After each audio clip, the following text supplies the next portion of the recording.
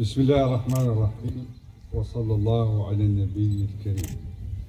معالي وزير الدفاع وشؤون المتقاعدين وأولاد الشهداء، السيد والي البراكنة، السيد رئيس جهة البراكنة، السيد حاكم بوغي، السيد العمدة،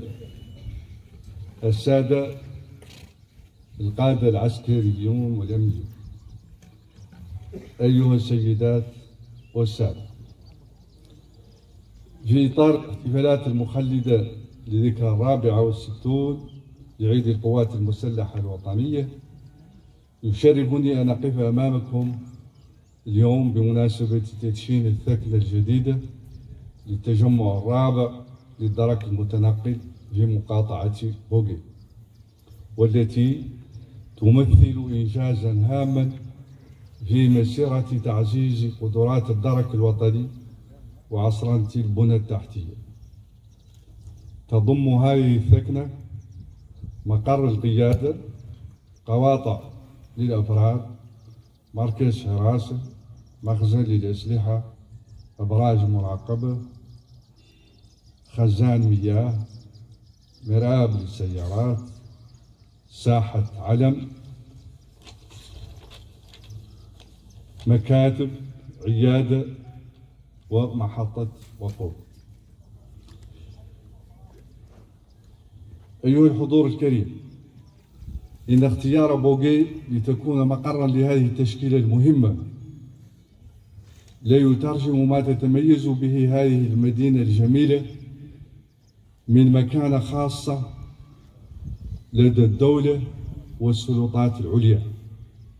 وبما يسخر به أهلها من قيم الأصالة وحب الوطن. معالي الوزير، يدخل تشييد هذه المنشأة وما سبقها من إنجازات في إطار الخطة الخمسية التي أعدتها وزارة الدفاع وشؤون المتقاعدين وأولاد الشهداء، والتي شملت تأهيل وتطوير البنى التحتية واقتناء التجهيزات الحديثة لتطوير منظومتنا الأمنية فيما يخص البنى التحتية واقتناء التجهيزات الحديثة لتطوير منظومتنا الأمنية فيما يخص حفظ النظام، مكافحة الجريمة المنظمة، الهجرة الغير شرعية، والجريمة السبرانية، وهو ما يعكس الاستراتيجية الطموحة التي رسمها وواكبها فخامة رئيس الجمهورية السيد محمد ولي الشيخ الغزواني للنهوض بقواتنا المسلحة وقوات أمننا وتمكينها من مسايرة التحديات الأمنية والدفاعية المتزايدة. معالي الوزير، أيها الحضور الكريم، تلتزم قيادة الدرك الوطني بمواصلة الجهود بإخلاص وجدية لتطوير وتحديث هذا القطاع الحيوي، وذلك لمواكبة التحديات المتزايدة وحجم المهام سبيلا إلى تعزيز جاهزية وقدرات الوحدات لضمان الأمن والاستقرار وخدمة المواطن بفعالية واحترافية. أيها السيدات والسادة، إن أفراد الدرك الوطني المنتشرين في المدن والأرياف وفي المحاور الطرقية الكبرى وفي المطارات والموانئ والمعابر الحدودية في أتم الجاهزية لخدمة المواطن، وتعتبر هذه المناسبة فرصة ليعبر عن تهانئ الخاصة للضباط وضباط الصف والدركيين على تفانيهم في العمل،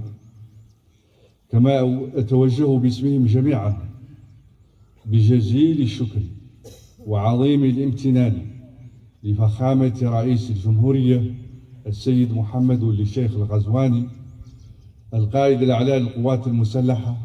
على ما أحاط به سلاح الدرك الوطني من عناية وما أولاه من اهتمام ورعاية، مؤكدا لفخامته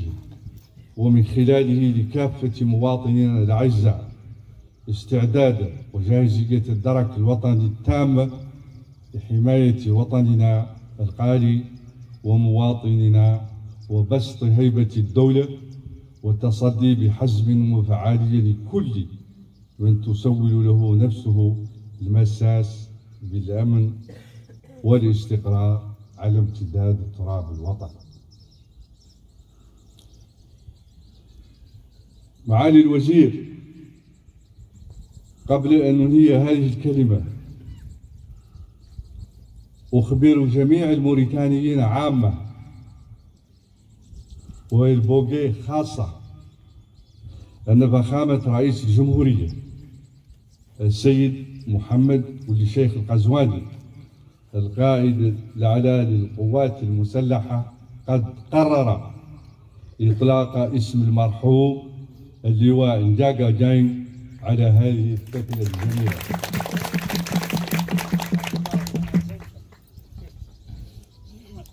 وبهذه المناسبة أطلب من الحضور، اسمحوا لي معالي الوزير، يطلب من الحضور قراءة الفاتحة على روح هذا الضابط المتميز الذي عرفه الجميع.